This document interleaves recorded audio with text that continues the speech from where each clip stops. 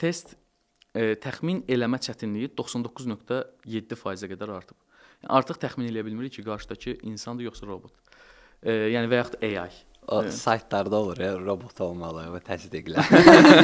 İndi birazdan insan olmalı və təsdiqlə. Görürsüz məsələn o nə qədər çətinləşib.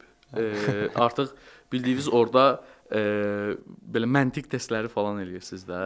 Yəni o artıq normaldır da, daha da çətinləşəcək bəlkə də. Amma insanlar nədənsə insana güvənir.